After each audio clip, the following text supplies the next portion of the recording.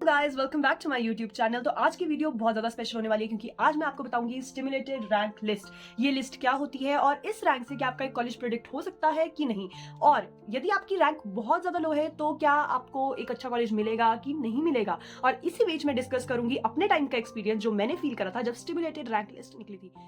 So let's not waste any time and continue to this video. तो सबसे पहले मैं आपको एक ओवरव्यू दे देती हूँ। तो आजकल आपका चला है सीएसएस फेज 1।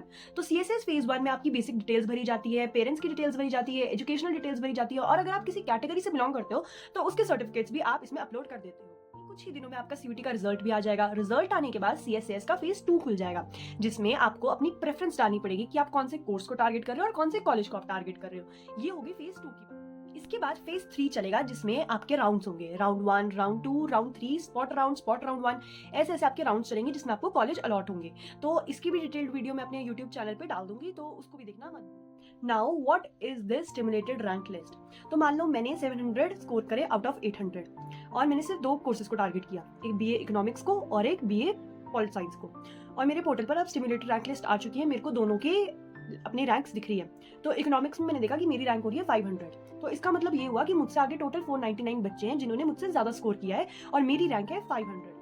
जो रैंक मेरे पोर्टल पर बीए इकोनॉमिक्स के लिए शो हो रही है दैट इज 500, वही मेरी स्टिमुलेटेड रैंक है उस कोर्स के लिए। और दूसरा कोर्स जो मैंने टारगेट किया था वो है बीए पॉलिटिकल साइंस। अब बीए पॉलिटिकल साइंस में मैं देखती हूँ कि मेरी रैंक है 600। तो इसका मतलब है कि मेरे से आगे 599 बच्चे हैं जिन्होंने मुझसे ज्यादा स्कोर किया है और 600 मेरी पॉलिटिकल साइंस के लिए रैंक बन रही है। आई होप कि आपको स्टिमुलेटेड रैंक्स पता चली होंगी कि ये क्या होती हैं, और अगर आपको कुछ भी डाउट है आप नीचे कॉमेंट सेक्शन में पूछ लेना मुझसे।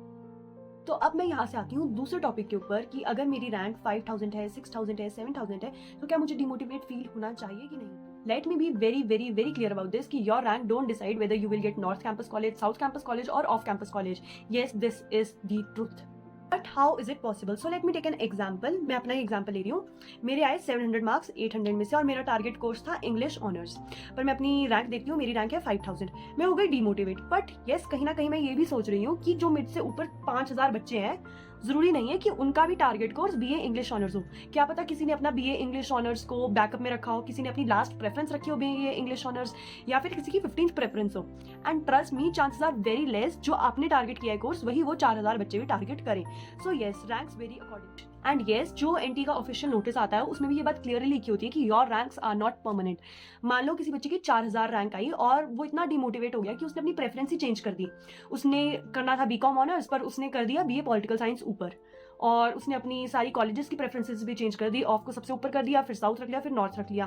तो क्या पता जो आपकी 5000 रैंक बन रही थी वो वहां से उठकर सीधा 4000 बन जाए। So yes, this is true कि आपकी जो रैंक्स होंगी वो चेंज होती रहेंगी every hour. Still I don't understand Delhi university वाले स्टिमुलेटेड रैंक्स क्यों निकालते हैं और क्यों बेचारे बच्चों को डिमोटिवेट करते हैं। Anyways, coming on to the third part of this video which is very important, और यहाँ पर मैं अपनी एक एक्सपीरियंस बताती हूँ मेरे साथ क्या हुआ। तो मैंने किए थे 2 courses target, that was BSc chemistry honours और बीएससी फिजिक्स ऑनर्स, और स्टिमुलेटेड रैंक लिस्ट में निकल गई थी। तो मैंने देखा कि मेरी जो रैंक थी वो 3 डिजिट रैंक थी। सो मैं बहुत ज़्यादा डिमोटिवेट हो चुकी थी कि क्या पता कोई अच्छा कॉलेज मिलेगा, ऐसा ना हो साउथ कैंपस का कॉलेज मिल जाए, ऑफ कैंपस का कॉलेज मिल जाए। I was very demotivated. तो मेरे दिमाग में ये ख्याल आया कि ऐसा करती हूँ कि साउथ कैंपस को ऊपर कर देती हूँ, फिर ऑफ कैंपस को रख दूंगी, फिर नॉर्थ कैंपस को रख दूंगी, या फिर नॉर्थ कैंपस को बीच में रख दूंगी। सो येस, मैंने वो चीज़ नहीं करी थी and I am very grateful. आप भी ये गलती मत करना कि आप अपनी रैंक देखो और अंडर प्रेशर आप अपनी पूरी प्रेफरेंस लिस्ट को ही उसी टाइम चेंज कर दो, क्योंकि आई डू बिलीव कि जितने भी लोग मुझे देख रहे हैं उन्होंने अपनी प्रेफरेंस लिस्ट बहुत सोच समझ कर बनाई होगी और बहुत टाइम दिया होगा। तो ऐसा ना हो कि आप अंडर प्रेशर में अपनी प्रेफरेंस लिस्ट को ऊपर नीचे कर लो। So yes, that was all for this video. और अगर आपके कुछ भी डाउट्स रह गए हो तो कमेंट सेक्शन में कमेंट कर देना। एंड आई रियली होप कि आप सबको अपना मनपसंदीदा कोर्स एंड कॉलेज ज़रूर मिले। और जाते जाते चैनल को सब्सक्राइब कर देना और लाइक भी कर देना। Okay, take care, bye bye.